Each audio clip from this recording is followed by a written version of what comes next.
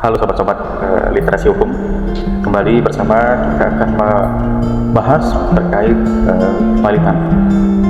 Di kepailitan sendiri ada dua hal ya. Di antara kita mengenal perbedaan kepailitan dan PKPU ya. Mulai dari ketentuan pasal 1 ke 1 Undang-Undang Kepailitan ya. Dari Undang-Undang Nomor 37 Tahun 2004 ya tentang PKPU dan kepailitan, bahwasanya kepailitan itu merupakan sifat umum ya atas semua kekayaan debitur pailit ya, yang kepengurusannya dan pemberesannya dilakukan oleh kurator di bawah pengawasan hakim pengawas sebagaimana diatur dalam Undang-Undang Kepailitan dan PKPU.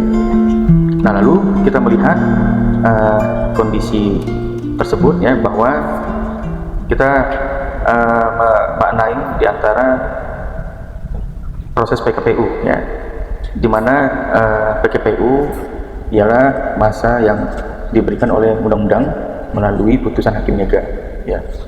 Tentu kita berangkat lagi kepada perbedaan kepailitan dan PKPU. Saya menjelaskan mengenai hal dasar hukum dari kepailitan diatur di dalam pasal 2 sampai dengan pasal 221 di Undang-Undang Kepailitan dan PKPU. Sedangkan PKPU sendiri ya, dalam pengurusan diatur dalam pasal 222 sampai dengan 294 Undang-Undang Kepailitan dan PKPU. Nah, adapun posisi sebagai pemohon, bila di posisi kepailitan, bahwa permohonan kepailitan itu harus diajukan oleh seorang advokat, kecuali jika pemohon diajukan oleh negara, yang diwakili oleh pengacara negara ataupun kejaksaan ya, ataupun Bank Indonesia maupun Badan Pengawas Pasar Modal dan Kementerian Keuangan. Nah, sedangkan di PKPU pemohon diwakili oleh debitur ataupun kreditur ataupun kuasa hukum ya sebagai advokatnya. Nah, kemudian secara perbedaan di upaya hukum, pada kepailitan memiliki putusan atas permohonan pernyataan pailit yang telah memperoleh kekuatan hukum tetap dapat diajukan peninjauan kembali ke Mahkamah Agung. Sedangkan di proses PKPU dalam putusannya tidak dapat diajukan upaya hukum apapun ya, kecuali terhadap putusan PKPU yang diajukan oleh kreditur dan ditolaknya tawaran prodam atau proposal perdamaian dari debitur ya. Nah, sedangkan di dalam pengurusan harta debitur sendiri ya, di dalam kepailitan diurus oleh profesi kurator ya. Nah, lalu PKPU diurus oleh pengurus bersama dengan debitur ya. Nah, lalu bagaimana perbedaan dari segi panitia kreditur? Di dalam kepailitan kurator tidak terkait oleh pendapat panitia kreditur ya. Lalu di bagian PKPU sendiri, pengurus dalam menjalankan tugasnya wajib meminta dan mempertimbangkan saran panitia kreditur.